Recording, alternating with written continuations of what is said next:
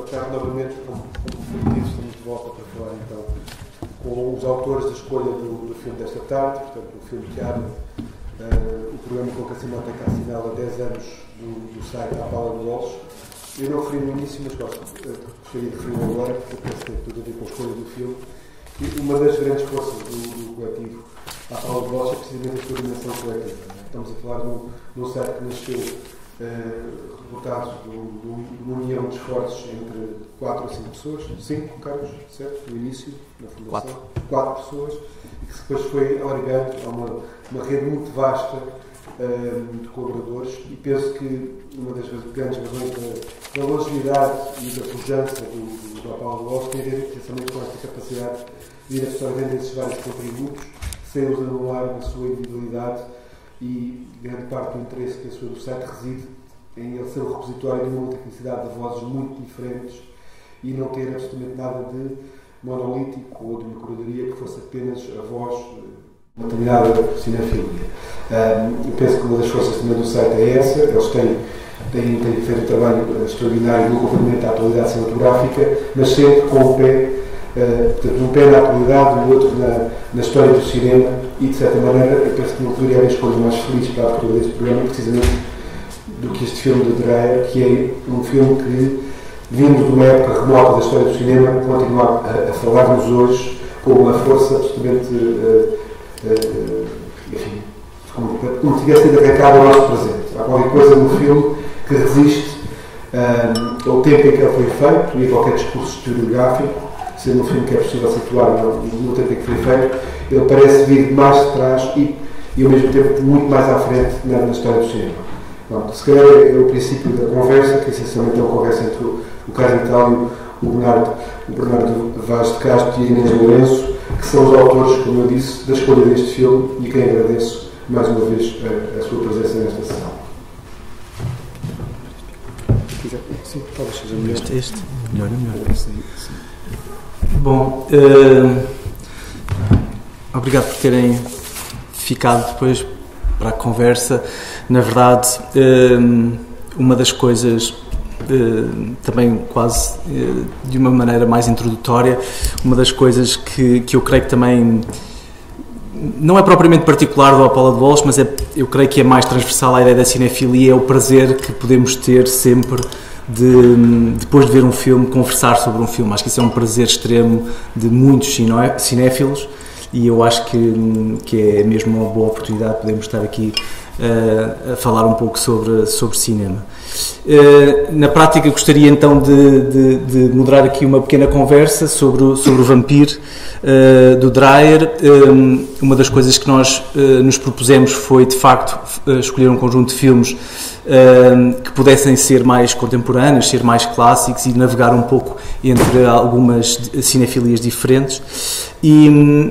E de facto, o caso particular do Vampiro, o caso do Vampiro é um caso particular, sobretudo porque ele, de facto, tem esta relação entre uma certa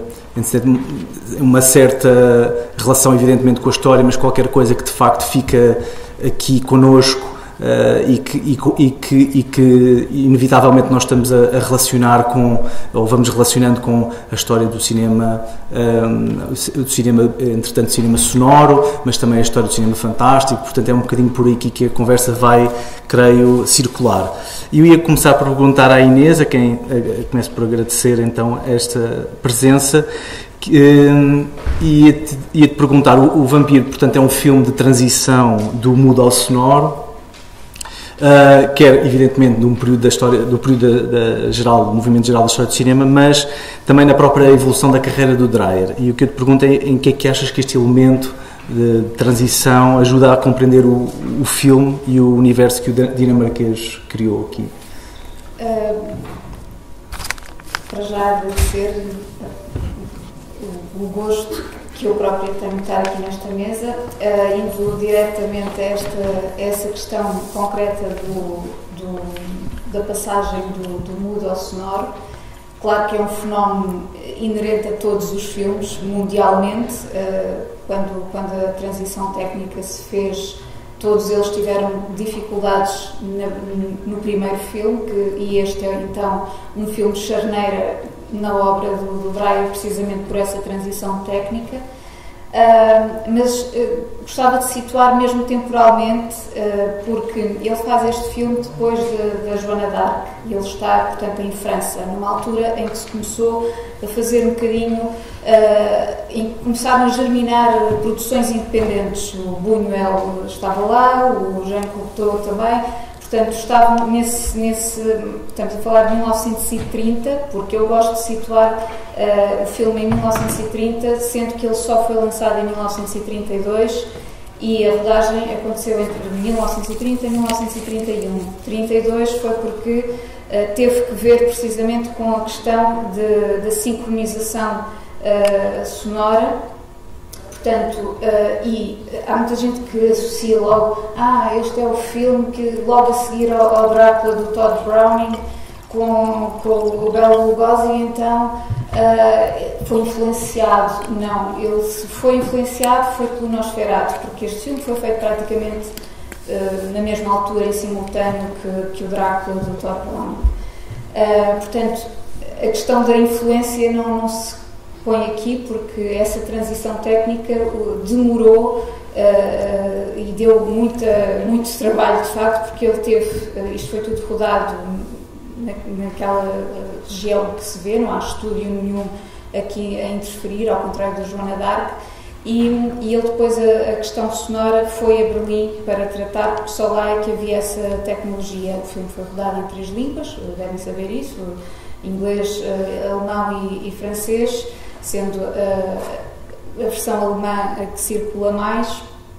E então, isto para dizer que houve toda uma novidade para o próprio Dreyer com este filme, e ele sempre teve muita curiosidade com as questões técnicas, porque sempre foram fundamentais para a expressão, porque para ele este filme é um sentir que ainda tem muito do cinema mudo, é muito cinema mudo a entrar ligeiramente no cinema sonoro, e por isso é que tem muito poucos diálogos, e também para menorizar essa questão técnica que foi difícil da sincronização.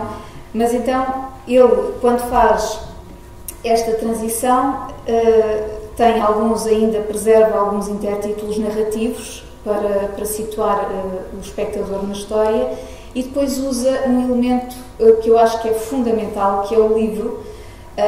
E o livro aqui, que lá está, é uma técnica, para mim, é a técnica charneira dessa transição, porque ele usa o livro e não intertítulos, quando lhe pediram para fazer isso, para pôr intertítulos em vez da imagem do livro e da letra do livro.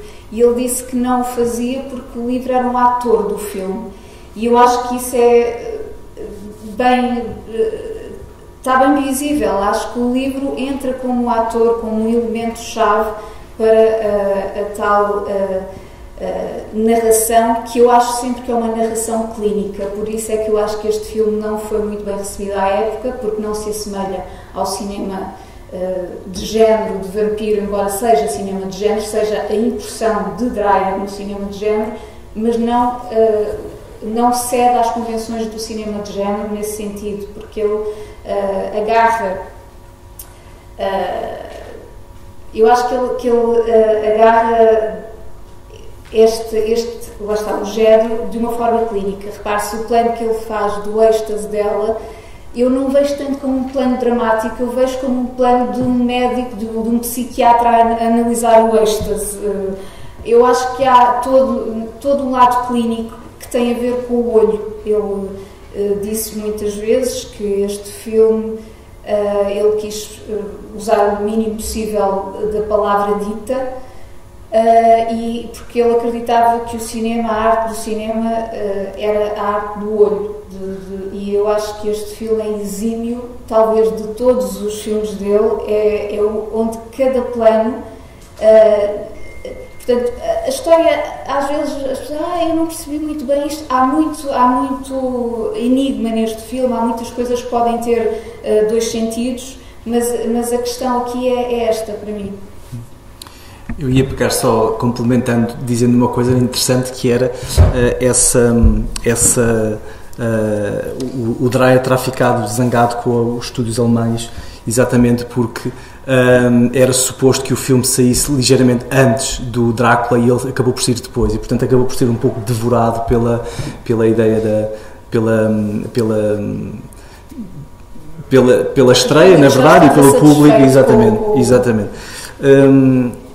Eu ia continuar, queria perguntar, vou perguntar ao Bernardo também um pouco sobre a questão da adaptação, mas antes disso, para falarmos ainda um pouco mais sobre a questão da técnica e a questão, se o Bernardo quiser dizer alguma coisa, ou a Inês, portanto a pergunta é para um de vocês, que é sobre a questão também há esta transição, evidentemente, para o sonoro, e há aqui um trabalho importante sobre a ideia da luz, não é?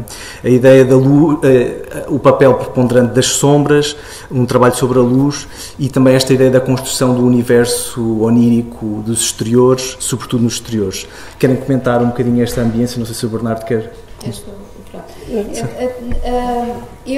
Essa questão para mim é muito, muito interessante, porque tem a ver com a atmosfera que ele criou. Este filme tem muito a ver com a atmosfera, e o Dreyer disse uma coisa muito interessante sobre este filme, na sua fase embrionária, como é que ele concebeu essa questão da atmosfera, que é isto. Imagine-se que nós estamos num quarto e alguém nos diz, alguém que está connosco nesse quarto nos diz, atrás daquela porta está um cadáver, e a nossa perspectiva, a nossa percepção dos objetos nesse quarto muda. Portanto, é qualquer coisa que devora a nossa mente, a ideia de que está um cadáver atrás da porta, e é isso que contamina, ou esse efeito que ele tentou passar para a atmosfera do filme, contrariando a lógica do gótico. O gótico sempre explorou muito o escuro, a escuridão, e aqui as sombras não são sombras que aparecem no escuro propriamente, é o lusco-fusco, o crepúsculo. Todo o filme é num crepúsculo em todos os sentidos, é no sentido da luz em si própria, e no sentido da vigília ou do sono, da vida ou da morte. Portanto, é um filme entre as duas coisas, e quer dizer, podíamos ir por todos os lados, mas esta questão do entre a vida e a morte tem o seu gesto mais radical no plano do ponto de vista do morto que não está morto, e que para mim é tão radical porque é a questão de eu sou o morto, tu és o morto, o espectador é o morto, é a perspectiva do morto, e eu acho que esse é um dos planos mais importantes da história do cinema, porque nos colocar no lugar do morto, literalmente.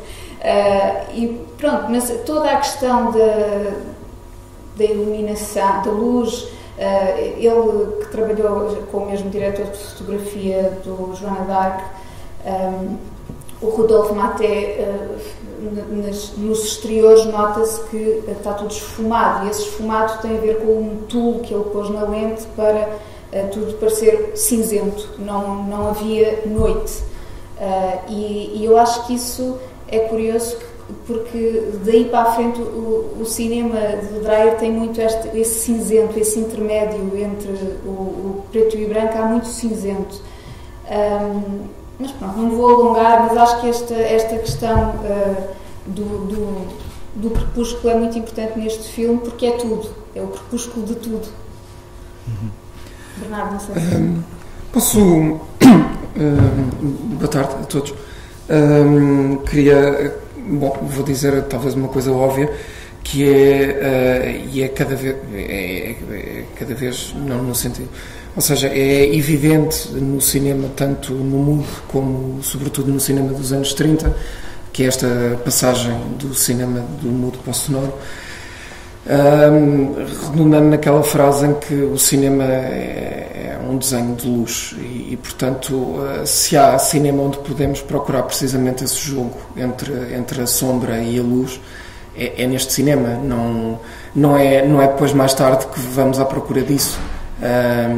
E não só, e depois há obviamente uma questão bastante alegórica em relação, tanto no cinema do Dreyer. Eu nunca tinha pensado, curiosamente, há um equivalente ao Nosferatu do Murnau, mas há também um equivalente ao Sunrise. Este plano final é uma alusão direta ao Sunrise. Só agora é que o vi, ou nunca tinha pensado tão conscientemente nisso, mas para todos aqueles que têm o Sunrise em mente, percebem que há claramente uma espécie que remete para o Sunrise. E uma outra questão que depois pode dar abertura a outras questões é que o cinema do Dreyer sempre foi um cinema mesmo para quem queira ver este filme como uma espécie de objeto mais fora do baralho, eu acho que não. Eu acho que é, na verdade, um filme de síntese de todas as questões do Dreyer. É a questão da morte, a questão da vida, a questão da ressurreição. E todo o cinema do Dreyer joga-se um pouco nesta questão entre a figura maligna e a figura do anjo. E é sempre este jogo entre esta figura que tanto pode cair para o lugar do abismo, do mal, como para o lado do bem, pelo lado da salvação, da ressurreição. E a própria ideia da palavra no Dreyer, remetendo para um filme depois muito posterior, que é a palavra, precisamente. Mas aquilo que salva não é a palavra, aquilo que salva é sempre a imagem. Isso é absolutamente extraordinário, como é que ele consegue materializar de tal forma, ter um poder de tal forma sintético que de facto é o cinema que resgata essa figura. E só uma outra parte, poderão ter lido na folha de sala, há uma citação do Straub em relação a este filme, e é curioso porque o Straub gostava imenso do Dreyer, e de facto também é absolutamente evidente como é que o Straub depois cita, porque se há cineasta que é de facto matemático, que é clínico, como a Inês disse, é também o Straub. E acho que ele aprendeu muitíssimo, porque mesmo nos planos em que nós vemos do Dreyer, em que o plano de certa forma continua e parece que se pousa aleatoriamente num outro objeto, o filme é absolutamente matemático, não há nada que possamos tirar sem que o filme de certa forma fique em perda. E isso é mesmo extraordinário, porque de facto é uma equação quase matemática, não há um excesso aqui. Isso de facto é notável. É isso que de facto, bom, como o Nuno disse, que coloca o filme numa espécie de futuro, que projeta para o futuro, porque o filme de facto não pode ser arrumado na década de 30 e não pode ser explicado só nisso. Há de certa forma uma espécie de, como o Walter Benjamin dizia, há uma palavra que eu não me recordo, que é não é de chocalho, eu não me recordo mesmo do termo, na história, que de certa forma ela faz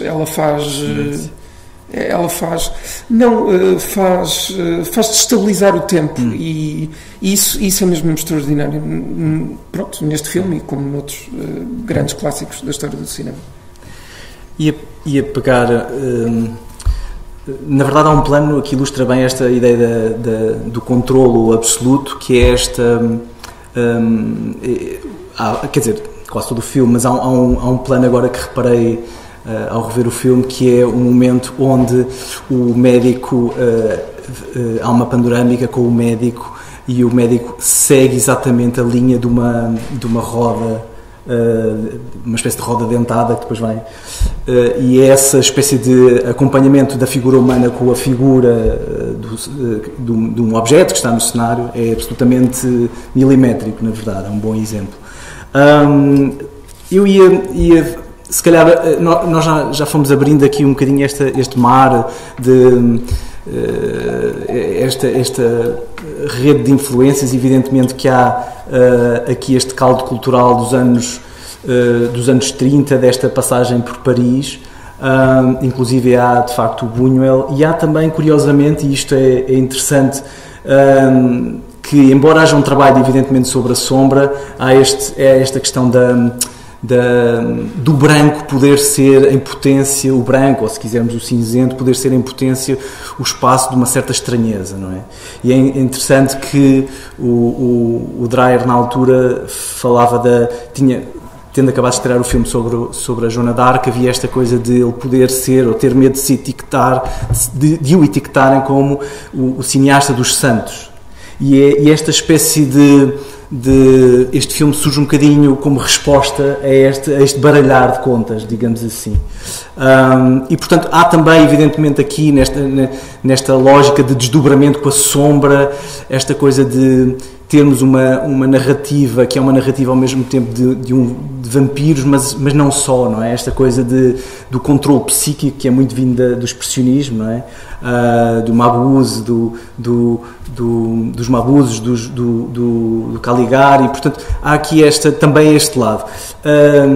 Sim, aliás, só pegando nessa ideia, ele, por exemplo, não gostava que lhe chamassem místico, quando nessa altura acho que chamavam um bocado místico, ele não gostava dessa ideia, e eu aí ligo um bocadinho, porque acho, continuo a voltar ao livro. O livro aqui contribui para essa minha visão de que o filme é muito clínico, e neste sentido o livro não é um romance, o livro está-te a explicar o que é que são os vampiros e como é que os podes matar. Portanto, há toda um lado que eu associo ao lado do jornalista do Dreyer, porque o Dreyer era jornalista, e esse dizer como é que se faz as coisas, esse olhar clínico. Portanto, eu acho que tudo se conjuga para o olhar do jornalista também, e acho que está tudo ligado também nessa ideia de contra a falsa percepção de que ele era místico, ou gostava dos temas, não é necessariamente. Sim. Que na verdade por exemplo, aquele momento-chave do Ordé, do milagre do Ordé, é precisamente esta afirmação, não é? A ideia de que é possível encenar no cinema um milagre real, não é? Que não é um milagre místico, é algo que acontece às claras, num certo sentido, não é? Eu ia pegar ainda na questão das influências para perguntar ao Bernardo, portanto, nós já falámos aqui que o filme do Dreyer, ele adapta histórias de um livro In a Glass Darkly, de 1872, de Sheridan Le Fanu, e eu gostava que pudesses comentar um bocadinho esta passagem, evidentemente, do livro, mas mais tendo em conta esta ideia da figura, que é uma das coisas que ainda não abordámos muito, tendo em conta aqui esta ideia da figura do vampiro, não é? Na tradição do gótico, mas também num certo cinema de vampiros que, entretanto, se estava a fazer, como já falámos, e se vai continuar a fazer ao longo da história do cinema. É muito curioso esta ideia de que se pensarmos nos vampiros iniciais e depois pensarmos nos vampiros posteriores, mais contemporâneos, há uma clivagem absoluta. Primeiro porque esta figura do vampiro do Dreyer é uma anciã, e uma anciã que, na verdade, pela corpulência e quase pela sua figura, é quase uma figura andrógena. Não há propriamente uma espécie de... Não há de tudo. A primeira vez que eu vi o filme pensava que era um homem. Era um homem, sinceramente. Sim. Não há de facto uma leitura possível erótica desta figura. O que posteriormente é totalmente invertido, e o vampiro torna-se uma figura por excelência de uma carga sexual imensa. Vou citar as duas vampiras mais conhecidas, acho eu, da história do cinema. A primeira é a Delphine, com um filme bastante fraco, a meu ver, e depois, posteriormente, a segunda vampira hiper sensual do cinema, que também com um filme bastante questionável, mas é a Catherine Deneuve.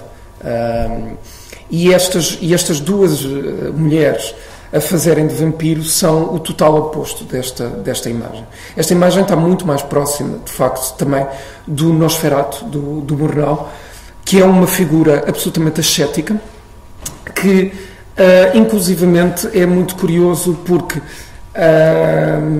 o vampiro na literatura é uma figura por si só erótica. A própria relação com o sangue, a relação com o sangue é uma relação profundamente sexual, de penetração, tanto que a mulher é sempre a jovem rapariga que é seduzida pelo vampiro, e é sempre a jovem pura, e portanto esta alusão ao sangue, e é sempre a presa ser uma rapariga jovem, virgem.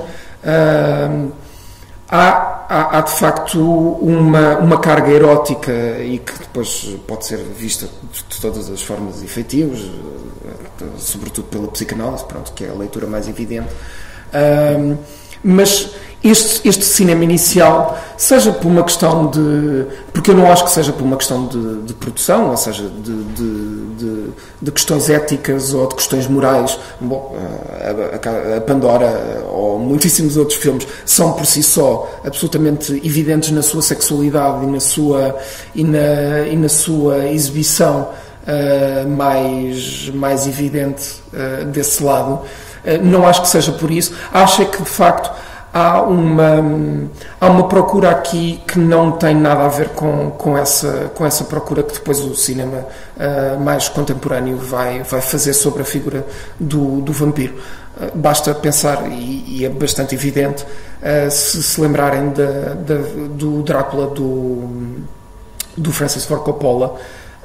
O Drácula do Francis Ford Coppola é, por excelência, a antítese do Drácula E isso é muito curioso, só num outro aspecto, que é, se vocês tentarem ao livro, o livro descreve a um dado momento que o vampiro é uma figura que destrói famílias, que destrói comunidades, que destrói vilas inteiras.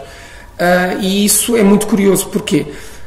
Porque o vampiro aqui não tem nada a ver com o vampiro o vampiro do Francis Ford Coppola, por exemplo. Se recordarem, o vampiro do Murnau vai num barco para Londres, e ele é espalhado, e há uma espécie até de alusão entre o vampiro e o rato do porão, e ele é visto como uma contaminação, ele é visto como uma pandemia. É por isso que ele vai de barco, inclusivamente, porque era através dos barcos que as pandemias se espalhavam. E, portanto, esta figura não é uma figura de uma certa individualidade. Esta figura ganha uma força de um conjunto, de um todo. É este todo que opera, tanto que tem os seus ajudantes sempre, coisa que nas figuras depois posteriores há sempre um ajudante, ou pode haver um ajudante, mas há sempre uma figura muito mais limitada. A ação é muito mais centrada sobre o agente a quem é perpetrado este encantamento. Aqui não. Aqui é uma coisa que se dissolve, que se quer alastrar por todo o terreno. Tanto que aqui é bastante evidente que não é só na mulher que está a ser sugada, como na criada de quarto, que também está a ser, que já vai ser seduzida pela mulher que está sobre esse encantamento. Há uma série de contaminação que é bastante evidente, e que é muito curioso a leitura que eles fazem desta figura, que de certa forma sempre foi uma figura muitíssimo mais erótica e muitíssimo mais exato, é uma figura erótica que eles aqui de certa forma apagam essa imagem. Mas é curioso também que o vampirismo aqui, o objeto do vampirismo é a juventude, tal como foi noutros filmes. Por exemplo, o filme seguinte do Dreyer, corrijam-me, é Dia de Cólera? Dia de Cólera. No Dia de Cólera também temos a figura da anciã, lá está, querer matar a jovem, portanto há o vampirismo tem um objetivo que é matar a juventude. E só uma parte, por acaso é muitíssimo bem lembrado esse filme posterior, porque esse filme posterior já vai dar uma imagem clara do que é que se estava a passar na Europa.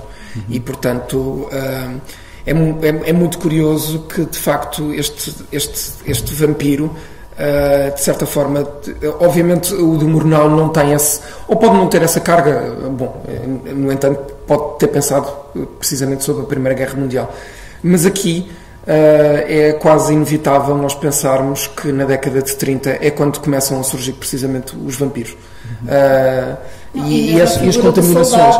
A figura do soldado, no fundo, está entre guerras. Já foi a Primeira Guerra e há também, de facto, uma leitura social e política, não é? Ou seja, nós estamos aqui a falar, por exemplo, no filme da Joana d'Arc, é evidente, não é? Mas depois, no Dia de Cólera, há esta ideia da representação da ideia da bruxaria, não é? Portanto, de alguma forma, esta ideia da perseguição social, não é? E, portanto, há de facto, por isso é que volto a insistir nesta ideia de que talvez o espaço da sombra seja o espaço da sombra como algo entre o palpável e o absolutamente inerte ou morto, talvez seja esse espaço que melhor ajuda a definir aquilo que mais interessava neste entre, não é? Esta ideia de que talvez seja na realidade que possamos encontrar o mais estranho, a mais estranhas das realidades, não é? A mais estranhas das coisas. Eu ia aproveitar agora para perguntar se alguém tem alguma questão a colocar sobre o filme, alguma curiosidade, alguma coisa, um comentário.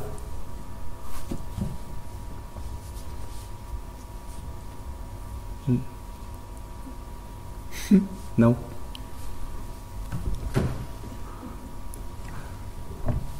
Bom, entretanto, enquanto pensam, eu ia. Uma das coisas que eu acho verdadeiramente notável neste filme é a mobilidade da câmara. Não uma mobilidade só virtuosa, chamemos-lhe assim, mas o facto desta mobilidade de alguma forma nos remeter para esta coisa do como se estivéssemos em constante estado de suspensão, não é? Esta coisa de não sabemos exatamente para onde é que a câmara vai, o que é que ela vai fazer, de que lados da câmara é que vão surgir elementos, e portanto colocar-nos uma espécie de, como se de repente a câmara nos deixasse em constante estupefação, como se estivéssemos boquiabertos durante o filme inteiro. Sim, não sei se até querem porque não dá para perceber bem o espaço-tempo neste filme, precisamente por o facto de sermos informados que de algo, ou sugerido, porque pode ser que não, é sugerido que isto é um pesadelo que ele tem, mas ele também dorme dentro do pesadelo. Portanto, há um sono dentro do sono. E a forma como está construído desde o início, a aventura dele, sem que se perceba como é que se passou de uma coisa para a outra, é que nós, de repente, a nossa mente começa a colar os acontecimentos para compreender o que é que... Ou seja, nós compreendemos as linhas básicas da história, como é óbvio, mas a relação espaço-tempo é muito curiosa neste filme, e eu acho que isso é o mais fascinante. Não, entretanto, esqueci-me, tinha aqui uma ideia a chocar, mas... Bernardo, vê lá se eu agora... Eu por acaso lembrei-me só de outra coisa. É muito curioso que bom, e isto pode ser uma leitura que extrapola completamente o sentido, mas não deixa de ser curioso um aspecto que é a forma como, no entanto, mesmo isto sendo um sonho, este filme está absolutamente ligado às coisas da Terra. E há duas coisas muitíssimo interessantes, que é o vampiro tem que estar preso à Terra para morrer. Aquela mulher só se torna cadáver quando fica presa à Terra, e o seu ajudante é de certa forma sufocado pela farinha. E isso é um elemento absolutamente extraordinário, que é como é que nós conseguimos fazer um filme fantástico, de certa forma, um filme que está sempre nesta questão onírica,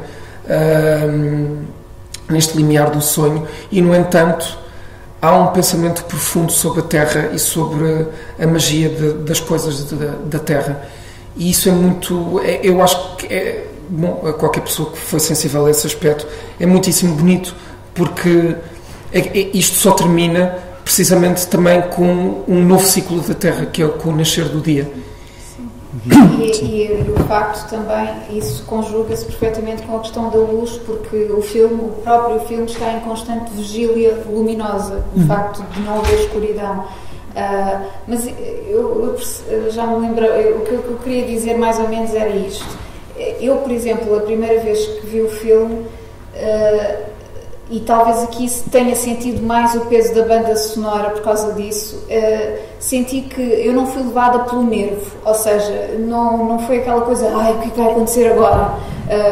O que mais me fascinou desde a primeira vez é qual é a próxima solução visual que ele tem. Ele tinha sempre ideias novas, a cada sequência tem novas ideias de abordagem que não têm nada a ver com o que se espera. E mesmo a questão das sombras, fala-se muitas vezes do expressionismo alemão em relação a este filme, mas eu acho que ele é completamente original no tratamento das sombras. Eu não me lembro, ou seja, vi muitas imitações de expressionismo alemão, mas eu não acho que seja exatamente o expressionismo alemão que ele faz com as sombras, é outra coisa. E é aí que o filme também se descola do filme de terror propriamente dito e vai pela fantasia. Mais até do que fantástico, eu gosto da ideia da fantasia, da sombra, o desdobramento da sombra, que é depois algo que ele usa, ele vai tratar os filmes seguintes com outro rigor a nível das sombras. Eu não tenho muito isso na evolução da obra dele, acho que a sombra depois tem outro tratamento. Eu por acaso aqui não poderia estar mais de acordo com a Inês, foi algo, bom, ainda bem que ela referiu, porque eu acho que este filme não tem nada a ver com o Dr. Caligari e com o uso que se dá da sombra e da luz no cinema alemão. Na minha opinião, por um simples motivo. E isso só... temos tendência, de certa forma, a homogeneizar para colocar as coisas em gavetas históricas e em categorias, e elas tornam também operativas a que a história não seja uma espécie de... individualidade artística e que possa ser, de certa forma, uma espécie de manta de retalho. Mas, no entanto, na minha opinião, a ideia do Caligari é que, de certa forma, a sombra e a luz são formas de atenuar ou de hiperbolizar uma figura. E aqui não há uma hiperbolização ou uma atenuação da figura através da sombra. A sombra aqui tem uma individualidade, tanto que a sombra anda no espaço sem precisar do corpo. E isso eu acho que é já um outro uso em absoluto. E até um outro uso que o próprio Murnau, no Nosferatu, não tem da sombra. Isto é um outro entendimento da luz e da sombra e de como é concebido no cinema. E isso torna isto ainda mais extraordinário do meu ponto de vista, porque isto é uma outra linguagem, isto é uma outra forma de pensar o cinema e de pensar como é que se desenham sombras e luzes no espaço do ecrã. E as sombras são lúdicas, que é uma coisa, aquela primeira sequência da dança, quer dizer, poderíamos intitulá-lo o Carnaval das Almas ou o Carnaval das Sombras, porque é completamente inusitado. Nós não estávamos à espera de encontrar aquele momento. Desde logo esta coisa do trabalho sobre... temos um trabalho sobre o cenário, não é? E o cenário de alguma forma manifesta, é uma expressão do interior das personagens, e aqui não, aqui temos esta ideia da sombra como um símbolo de uma certa espaço entre, não é? Este espaço... também um espaço de vigília e de sonho, não é? Um espaço de sonho entre o acordado e o a dormir, não é? É o primeiro filme de zombie, acho eu. Só uma coisa em relação ainda a esse momento da farinha, que é mais um elemento branco, não é? E mais um elemento, este filme está sempre a brincar quer com a ideia das mãos, não é? A morte com as mãos agarradas a coisas, que é uma coisa, é algo que sucede, e a ideia do caixão, não é? Este espaço de caixão que de facto ele acaba por ficar sepultado no branco, de alguma maneira. Não sei se alguém entretanto tem... Sim.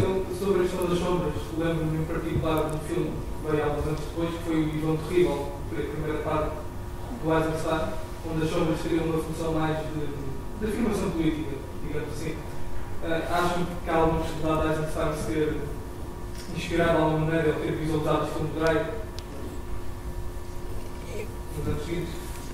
Eu vou para o campo do guessing, até porque não tenho, a minha forma, estou acompanhado por duas pessoas que sabem muitíssimo mais de história do cinema do que eu.